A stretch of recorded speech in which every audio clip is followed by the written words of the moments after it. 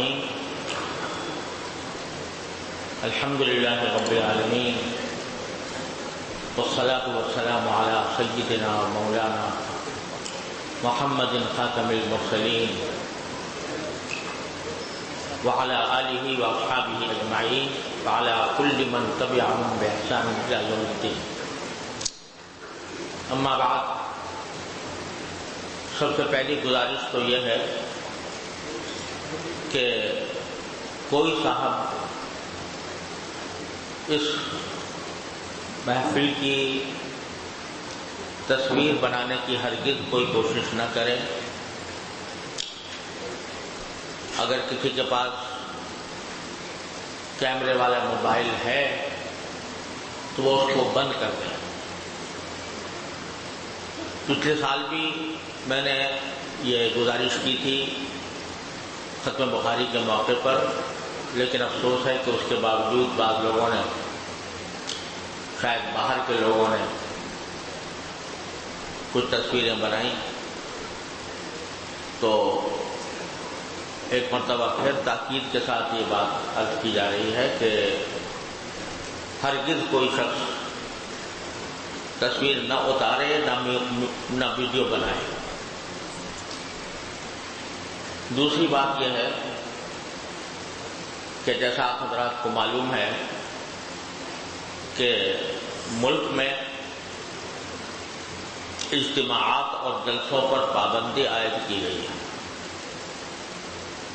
اور وفاق المدارس العربیہ کی طرف سے بھی اس پابندی کی تاکید کی گئی ہے۔ اس کا تقاضا یہ ہے کہ کوئی جلسے کی شکل، کوئی بڑا اجتماع نہ کیا جائے، لیکن ساتھ ہی یہ اعلان بھی کیا گیا ہے کہ 5 اپریل تک انشاءاللہ تمام دینی مدارس کی مکمل چھٹی رہے گی، اور دارالاقامہ بھی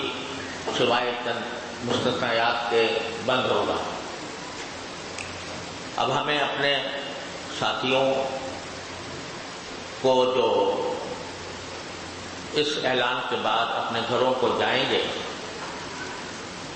ان کو رخصت کرنا بھی منظور ہے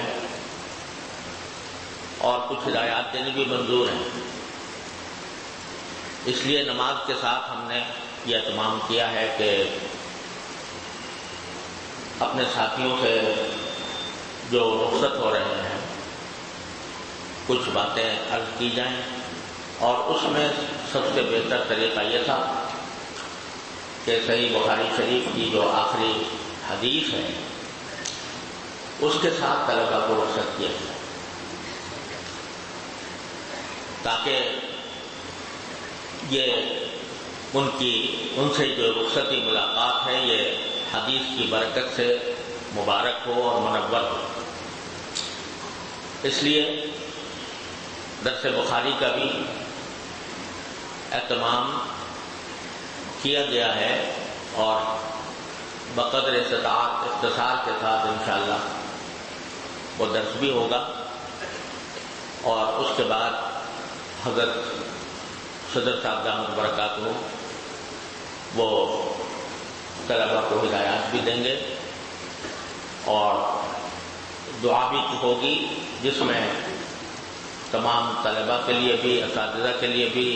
دینی مدارس کے لیے بھی، پاکستان کے لیے بھی، سارے عالم اسلام کے مسلمانوں کے لیے بھی، اور دنیا بھر کے انشاءاللہ دعا ہوگی۔ اس کے بعد آپ حضرات اپنے اپنے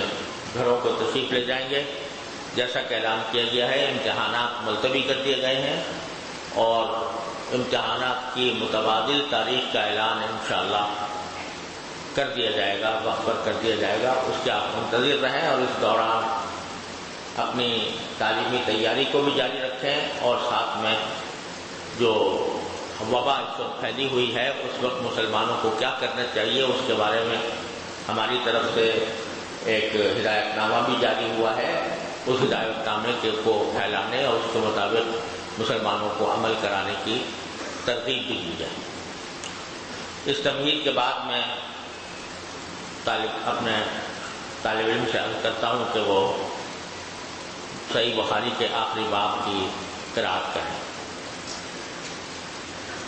بسم الله الرحمن الرحيم الحمد لله رب العالمين والعاقبة للمتقين والصلاة والسلام على سيد الأنبياء والمرسلين وعلى آله وصحبه أجمعين وعلى كل من تبعهم بإحسان إلى يوم الدين. أما بعد، فضيلة الشيخ سماحة المفتي الفقيه المحدث شيخنا شيخ الإسلام والمسلمين مولانا محمد تقي العثماني حفظكم الله تعالى ورعاكم ومتعنا بعلومكم وبركاتكم آمين. حدثكم الشيخ المجاهد الكبير المفتي مولانا رشيد أحمد الجميانوي قدس سره، وهو عن شيخ الإسلام والمسلمين شيخ العجم والعرب زين الملة والدين مولانا حسين أحمد المدني رحمه الله تعالى، عن شيخ الهند محمود الحسن قدس سره، عن الشيوخ الكبار في الهند مولانا وسيدنا وسيد العلماء محمد قاسم النانوتوي رحمه الله تعالى، والشيخ فقيه النفس سيد الفقهاء مولانا رشيد أحمد الكركوهي قدس سره،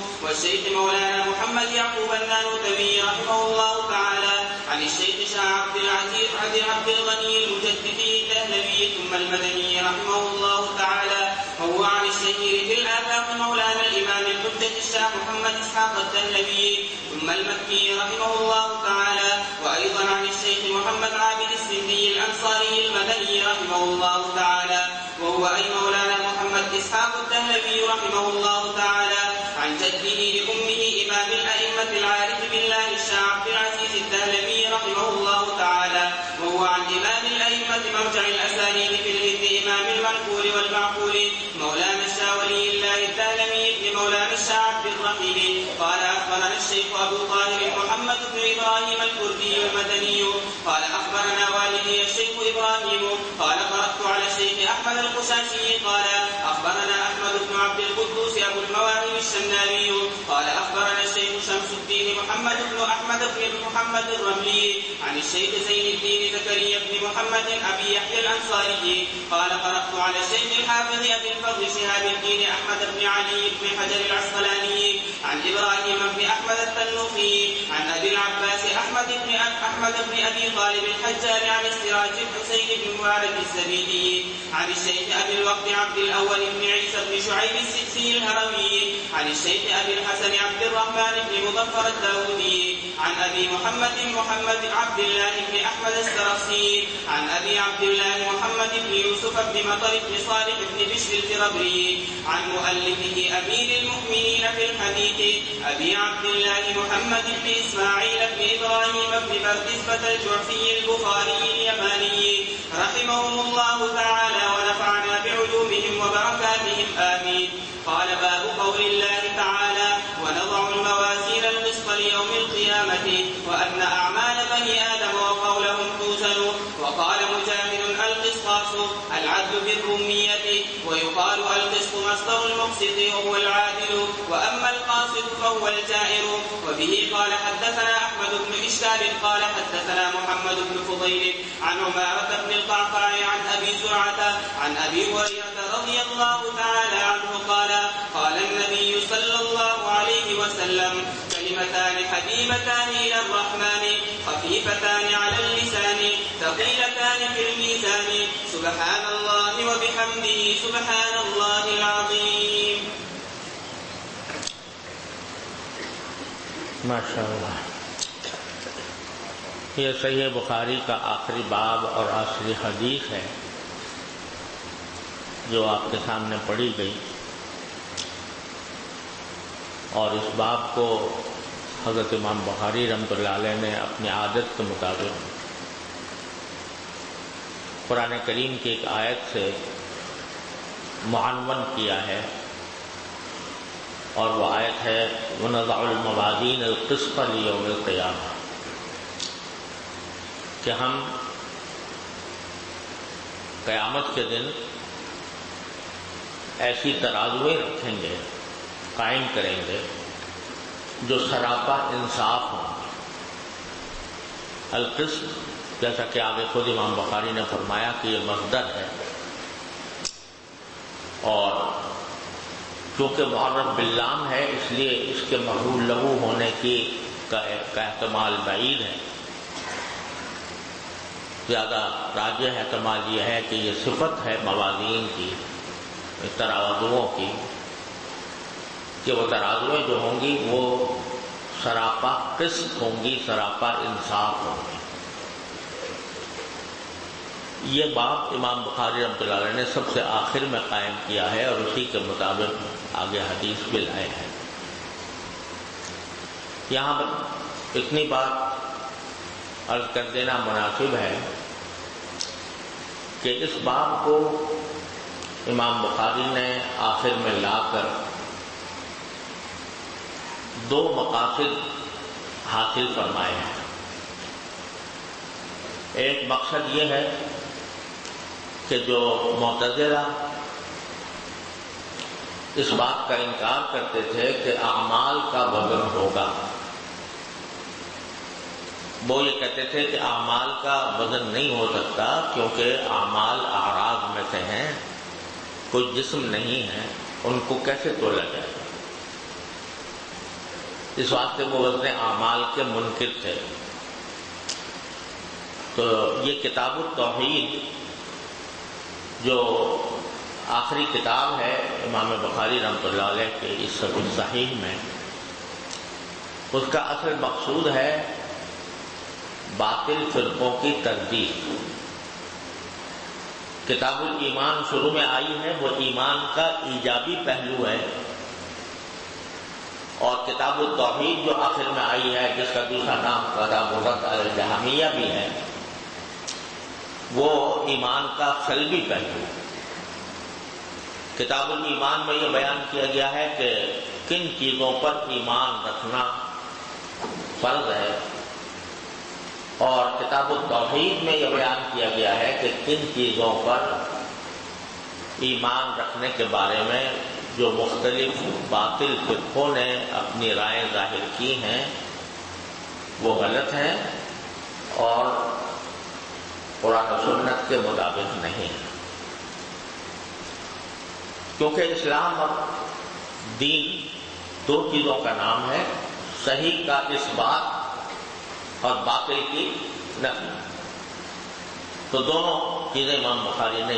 جمع کیے، شروع کیا ہے اس بات سے، ختم کیا ہے نفی پر۔ اس میں آپ نے دیکھا ہوگا کہ امام بخاری رحمۃ اللہ علیہ نے معتزلہ کی تردید کی ہے، جہمیہ کی تردید کی ہے، کرامیہ کی تردید کی ہے، جبریہ کی تردید کی ہے۔ جو باطل فرقے اس زمانے میں تھے عقل کی بنیاد پر اٹھے تھے، ان کی تردید اس آخری کتاب کے اندر امام بخاری رحمۃ اللہ علیہ نے فرمائی۔ اب آپ اگر دیکھیں تو یہ وہ زمانہ تھا جبکہ ان باطل فرقوں کا زور تھا، ان کی گڈی کڑی ہوئی تھی اور جگہ جگہ ان کے افکار کا چرچا تھا۔ یہ عقل کے علمبردار کہلاتے تھے، جو کہتے تھے کہ ہم عقل کی بات، عقل کے ساتھ قرآن و سنت کو مانیں گے، عقل کے ساتھ قرآن و سنت کی تعبیر و تشریح کریں گے۔ اور اس زمانے میں اتنا زبردست ان کا تسلط ہو گیا تھا کہ آپ حضرات جانتے ہوں گے کہ معتصم باللہ کے زمانے میں، خلافت ابن عباس کے آخری دور میں، یہ فتنہ اتنا بڑھا کہ حکومت اس فتنے کیا، معتزلہ کیا، اور ہمارے حضرات محدثین اسلاف کرام نے اس فتنے کی تردید اور ابطال میں بڑی زبردست قربانیاں دی ہیں۔ حضرت امام احمد بن حنبل رحمۃ اللہ علیہ کے بارے میں آپ نے سنا ہوگا کہ انہوں نے کوڑے کھائے، اور یہ واقعہ بھی کتب تاریخ میں انمٹ ہے کہ حضرت امام احمد رحمۃ اللہ علیہ پر زبردستی کی جا رہی تھی کہ وہ کلام اللہ کو مخلوق قرار دیں، مخلوق کرنے کا عقیدہ اپنائیں، معتزلہ کی تائید کریں، لیکن وہ ڈٹے ہوئے تھے اور حق کے بارے میں ادنا مداہنت کے لیے مداہنت ان کو گوارا نہیں تھی۔ اسی زمانے میں حضرت امام شافعی رحمۃ اللہ علیہ جو امام احمد رحمۃ اللہ علیہ کے استاد ہیں، انہوں نے خواب دیکھا اور خواب میں نبی کریم سرور دو عالم صلی اللہ علیہ وسلم کی زیارت ہوئی، اور اس خواب میں نبی کریم صلی اللہ علیہ وسلم نے حضرت امام شافعی سے فرمایا کہ بشر احمد بالجنہ علی بلبہ تصیبہ، کہ احمد بن حنبل کو خوشخبری دے دو جنت کی ایک مصیبت کے ساتھ جو ان کو پیش آئی۔ یہ وہی الفاظ ہیں جو کس کے لیے کہے گئے تھے؟ حضرت عثمان رضی اللہ تعالیٰ عنہ۔ وہی الفاظ خواب میں نبی کریم صلی اللہ علیہ وسلم نے امام شافعی رحمۃ اللہ علیہ کو فرمائے۔ تو امام شافعی رحمۃ اللہ علیہ نے اپنے ایک شاگرد کو، جن کے بارے میں غالب گمان یہ ہے کہ وہ حضرت مزنی تھے جو امام طحاوی کے ماموں بھی ہیں، ان کو بھیجا حضرت امام احمد رحمۃ اللہ علیہ کو یہ بشارت سنانے کے لیے۔ جب یہ بشارت جا کر حضرت امام احمد بن حنبل کو سنائی تو حضرت امام احمد رحمۃ اللہ علیہ نے پہلے تو یہ فرمایا کہ مجھے اندیشہ ہے کہ کہیں رسول کریم صلی اللہ علیہ وسلم نے میرے اندر کوئی کمزوری دیکھی ہے جس کی وجہ سے مجھے تسلی دی جا رہی ہے۔ آپ ذرا اس کے مقام کا اندازہ کیجئے کہ ایک شخص کو رسول کریم صلی اللہ علیہ وسلم کی طرف سے اتنی عظیم بشارت دی جا رہی ہے، اس کے دل میں کوئی عجب پیدا ہونے کے بجائے کہتے ہیں کہ شاید میرے اندر کوئی کمزوری ہے جس کی وجہ سے رسول کریم صلی اللہ علیہ وسلم نے یہ بشارت دے کر مجھے تسلی دی ہے۔ لیکن حضرت مزنی رحمۃ اللہ علیہ کو اپنا کرتا اتار کر تحفے میں دیا، حضرت کعب بن مالک رضی اللہ تعالیٰ عنہ کی سنت پر عمل کرتے ہوئے۔ حضرت کعب بن مالک کے پاس جب خوشخبری پہنچی تھی انہوں نے اپنا کرتا دیا، تو حضرت امام احمد بن حنبل نے مزنی کو اپنا کرتا اتار کر تحفے میں دیا۔ یہ مزنی وہ کرتا لے کر حضرت امام شافعی رحمۃ اللہ علیہ کی خدمت میں پہنچے تو حضرت امام شافعی رحمۃ اللہ نے فرمایا مزنی سے، اپنے شاگرد سے، کہ بیٹا یہ جو تمہیں کرتا دیا گیا ہے یہ تو تمہارا اپنا حق ہے، امام احمد نے تمہیں دیا ہے، تم ہی اس کے حقدار ہو، لیکن ایک میرے ساتھ احسان کرو، اور وہ یہ کہ اس کرتے کو میں پانی میں ڈال دوں گا، پانی میں ڈالنے کے بعد تم اس کرسے کو لے جانا، میں اس کو نچوڑ کر جو پانی ہوگا وہ پانی میں تم سے مانگتا ہوں۔ چنانچہ ایسے ہی کیا گیا، حضرت امام شافعی رحمۃ اللہ علیہ نے کرتا نچوڑا اور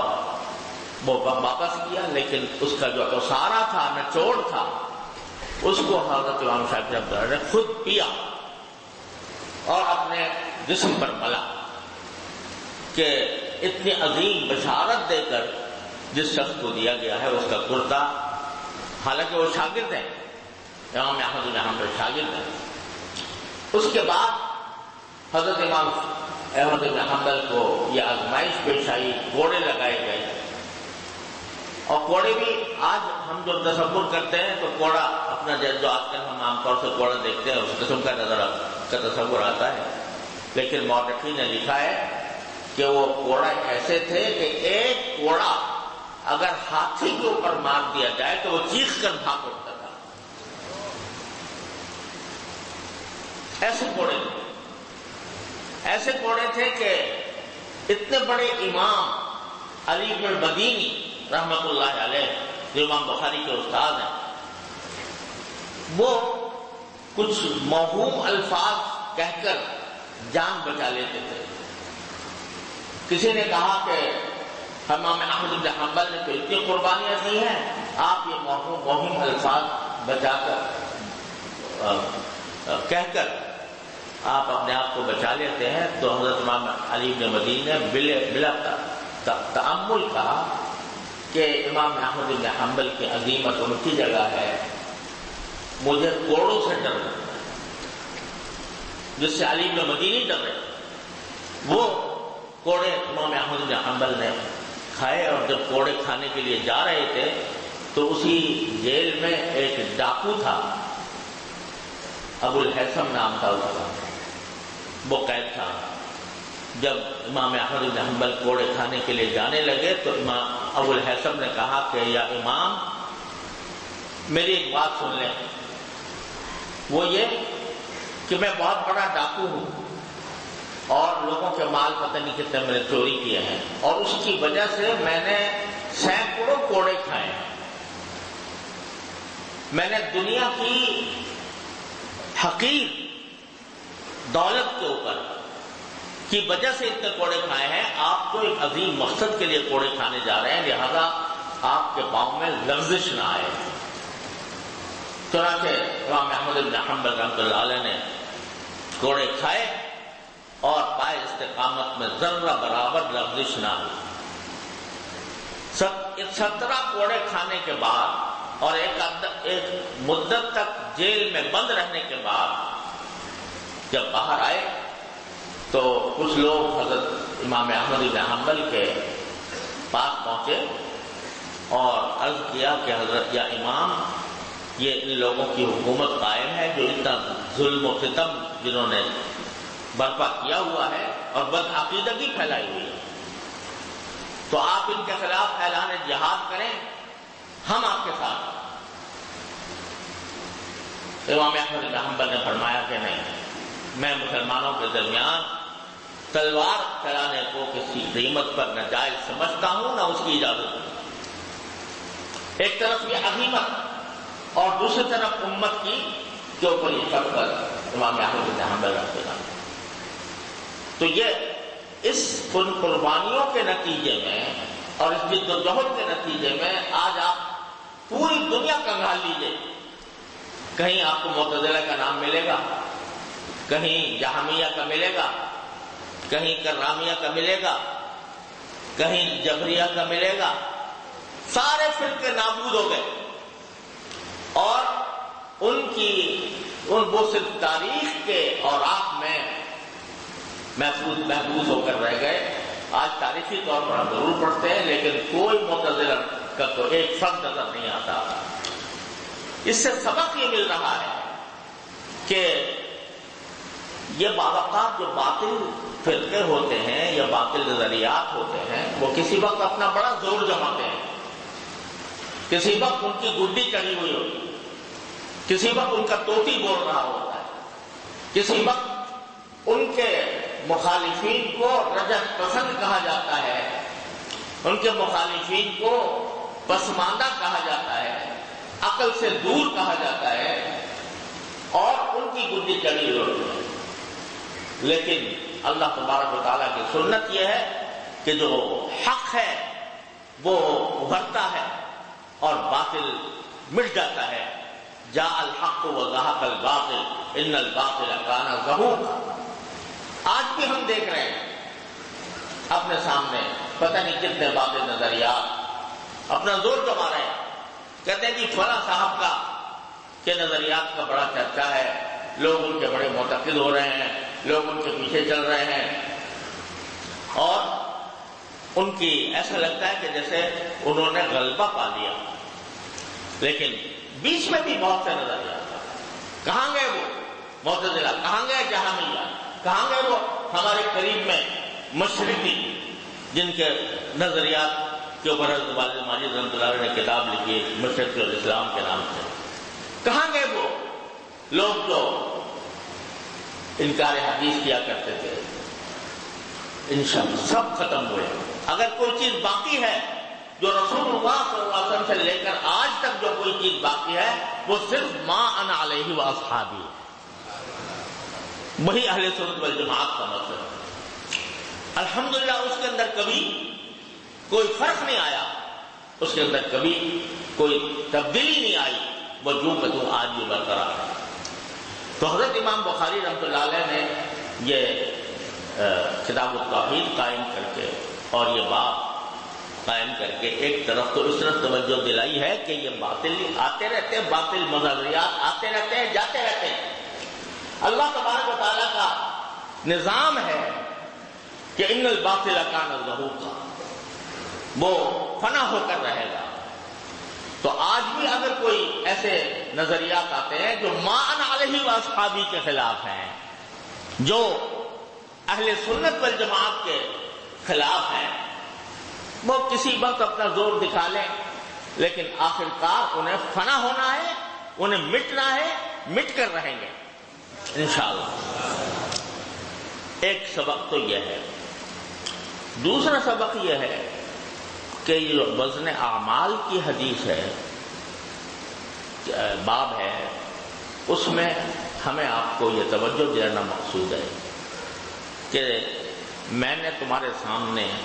دین کے سارے شعبوں کے متعلق رسول کریم سرور دو عالم صلی اللہ علیہ وسلم کے احکام اور تعلیمات کھول کھول کر بیان کر دیا۔ تمہارا ایمان کیسا ہونا چاہیے، تمہاری طہارت کیسی ہونی چاہیے، تمہاری نماز کیسی ہونی چاہیے، تمہارا روزہ، تمہارا حج، تمہارا نکاح، تمہارا طلاق، تمہاری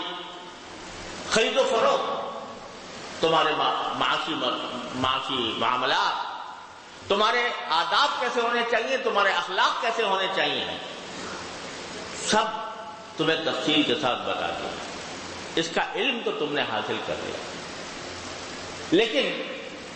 صرف علم سے وزن نہیں پیدا ہوتا، وزن پیدا ہوتا ہے اعمال سے، اور اعمال بھی وہ جو خالصتاً اللہ کے لیے ہوں۔ انما الاعمال بالنیات سے شروع کیا تھا کہ جو اللہ کے لیے جو کام ہوتا ہے اس میں وزن ہوتا ہے۔ چھوٹا عمل ہوگا خالصتاً اللہ کے لیے ہوگا، اس کی رضا جوئی کے لیے ہوگا، وہ وزندار ہوگا۔ بڑا عمل ہوگا اور اللہ کی رضا کے لیے نہیں، اپنی شہرت کے لیے، اپنے جاہ کے لیے، اپنی دولت کے لیے، اپنی عزت کرانے کے لیے، تو اس کا پر کاہ کے برابر وزن نہیں ہے۔ آپ نے خود حدیثیں پڑھی ہیں کہ پانی پلا دیا کتے کو، کتے کو پانی پلانے کی حدیث پڑھی ہے کہ نہیں؟ کتے کو پانی پلا دیا، اس پر اللہ تبارک و تعالیٰ نے مغفرت فرما دی۔ اگر دیکھنے میں دیکھا جائے کوئی بڑا عمل ہے، یہ کوئی بہت بڑا کارنامہ انجام دیا تھا،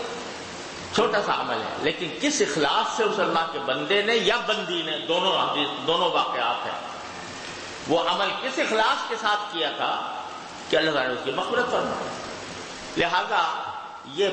پیغام دینا چاہتے ہیں کہ علم تو تم نے حاصل کر لیا، لیکن اب عمل کی طرف متوجہ ہو اور عمل میں وزن پیدا کرنے کی کوشش کرو۔ اور کچھ ایسا لگتا ہے کہ شاید امام بخاری رحمۃ اللہ علیہ کو الہام ہو گیا ہو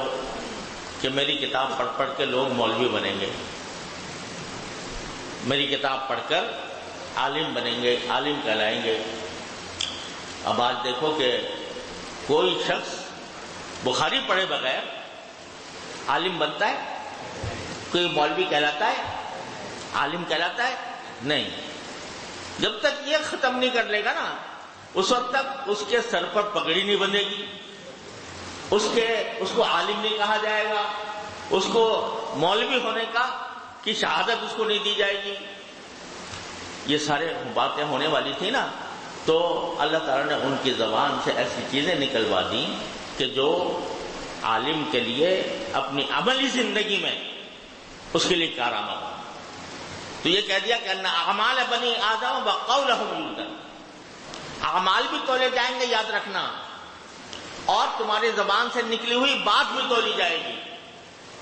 عالم جو ہوتا ہے وہ اگر جب اپنی عملی زندگی میں جاتا ہے تو وہ کیا کرتا ہے؟ وہ اپنے قول سے دعوت دیتا ہے، چاہے وہ داعی بن کر کرے، چاہے مدرس بن کر کرے، چاہے مصنف بن کر کرے، کسی طرح کرے، اس کا قول یہ ذریعہ ہوتا ہے اس کی ابلاغ کا۔ تو فرمایا کہ اس قول کو بھی وزن کیا جائے گا، یاد رکھو، ایسا نہ ہو کہ تم بات تو حق کہہ رہے ہو لیکن وہ غلط نیت سے کہہ رہے ہو، بات حق کہہ رہے ہو، غلط نیت سے کہہ رہے ہو، اپنی شہرت کا سکہ جمانے کے لیے کہہ رہے ہو، بات تم اس طریقے سے نہ کہہ رہے ہو جس طرح انبیاء کرام علیہ السلام کا طریقہ تھا۔ حضرت علامہ شبیر احمد صاحب عثمانی رحمۃ اللہ علیہ کا،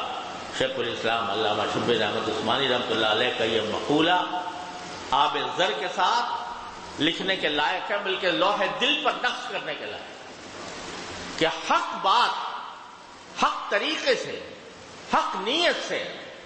جب کہی جائے گی کبھی بے اثر نہیں ہوگی۔ لیکن 3 شرطیں، کیا؟ بات حق ہو اور نیت حق ہو، طریقہ حق ہو۔ اگر کبھی فساد پھیلتا ہے تو ان تینوں باتوں میں سے کوئی ایک بات نہیں ہوتی۔ یہ تو بات حق نہیں ہے، یہ بات حق تھی لیکن نیت صحیح نہیں تھی،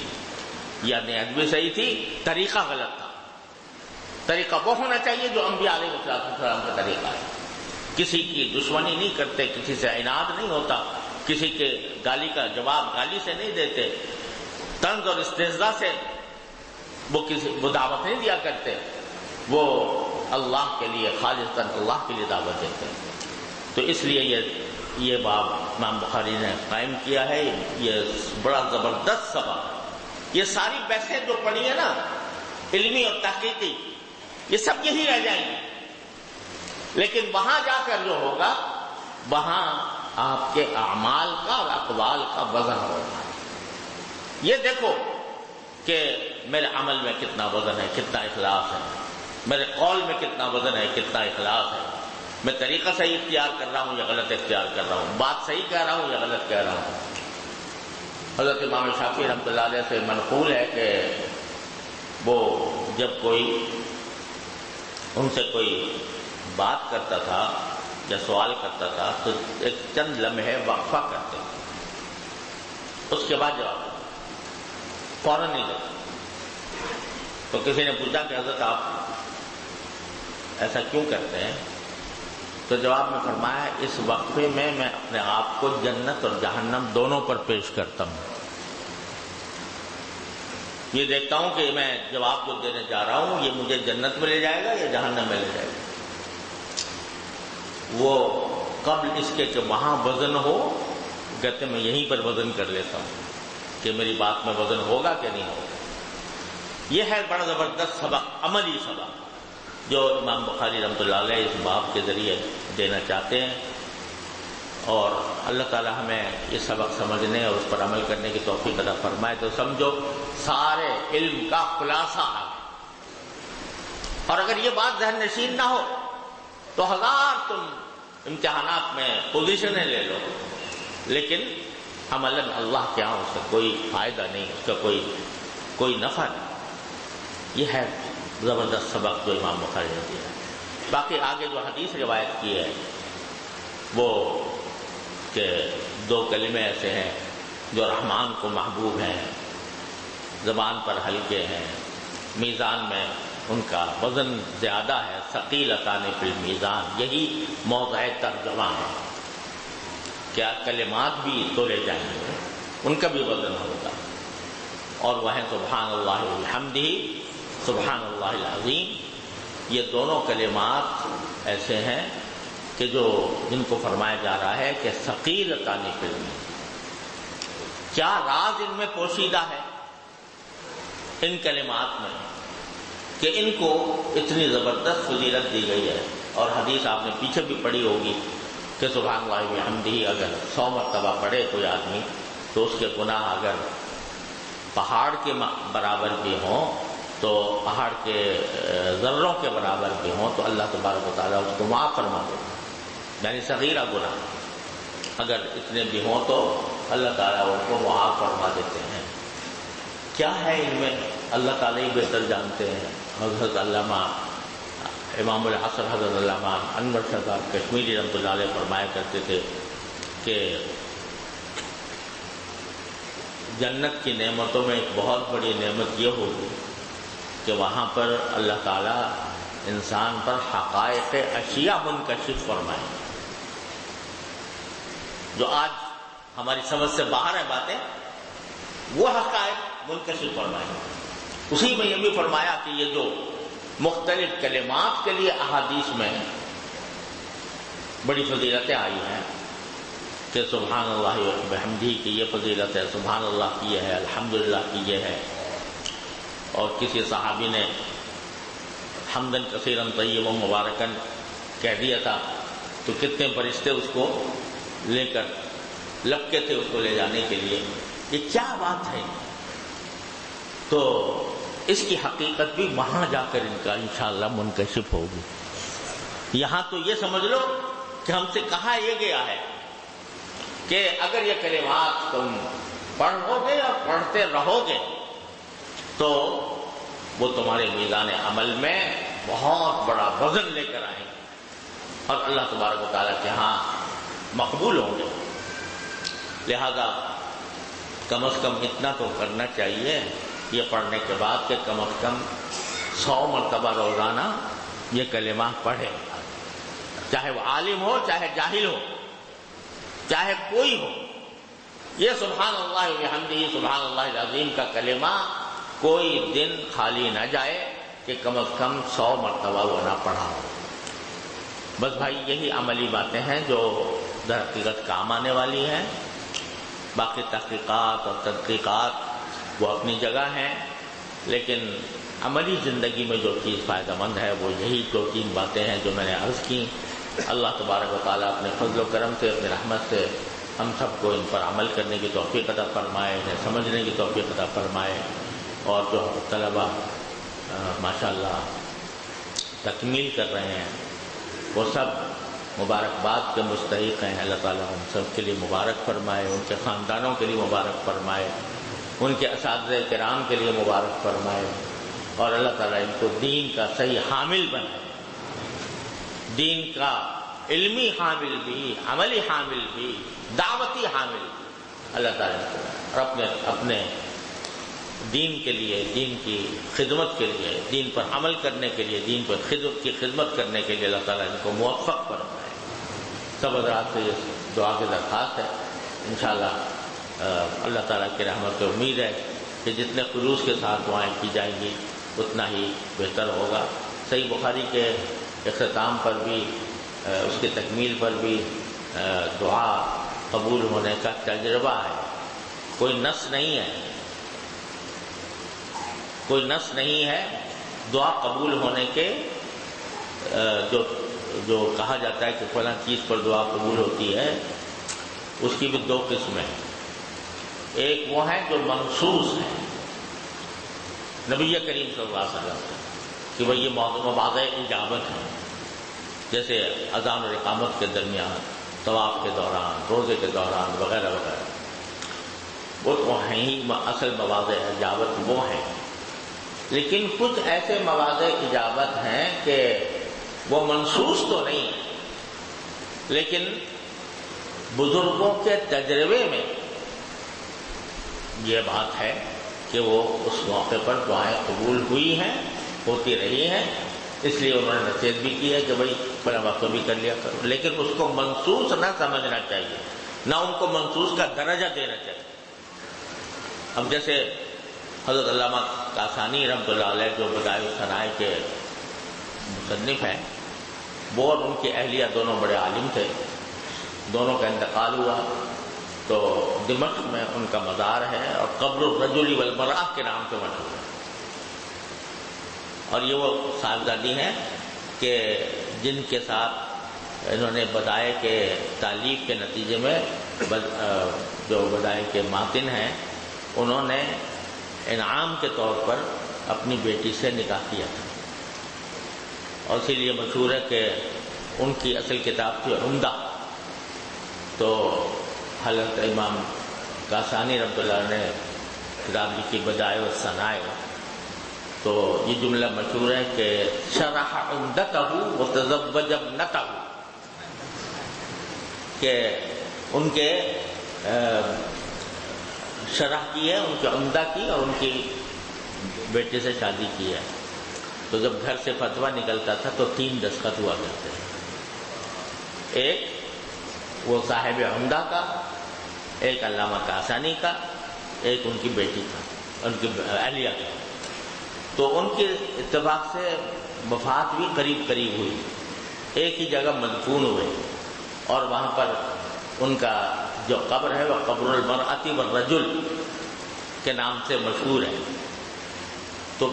بزرگوں کا تجربہ ہے کہ وہاں جا کر دعا کی جاتی ہے، اللہ تعالیٰ قبول فرماتے ہیں۔ اب یہ کوئی شرک ورک نہیں ہے، یہ تجربہ ہے، کوئی منسوس نہیں ہے، اس کو منسوس سمجھنا بھی غلط ہے، منسوس کا درجہ دینا بھی غلط ہے، لیکن تجربہ ہے بزرگوں کا کہ وہاں جا کے دعا قبول ہو جاتی ہے۔ اسی طرح تجربہ ہے کہ بخاری کے ختم پر بھی اللہ تعالیٰ دعائیں قبول فرماتے ہیں، تو انشاءاللہ حضرت سے درخواست ہوگی، اپنے ارشادات کے بعد انشاءاللہ دعا کرائیں گے، تو اللہ تعالیٰ ہم سب کو اس الحاق کے ساتھ اور اخلاص کے ساتھ دعا کرنے کی توفیق عطا فرمائے، اور اس کو اپنی بارگاہ میں قبول فرمائے۔ وصدق اللہ وآخر دعوانا الحمدللہ۔